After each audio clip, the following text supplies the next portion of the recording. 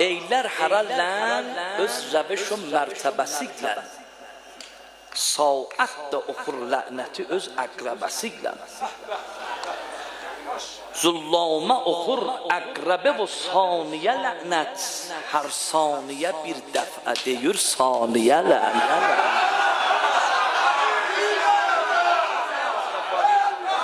bağışlasınlar çaş başvadı heyfdir bu məclis doğrudan ruhən və canən Hamiya Fatimə səsləyir bu məclisdə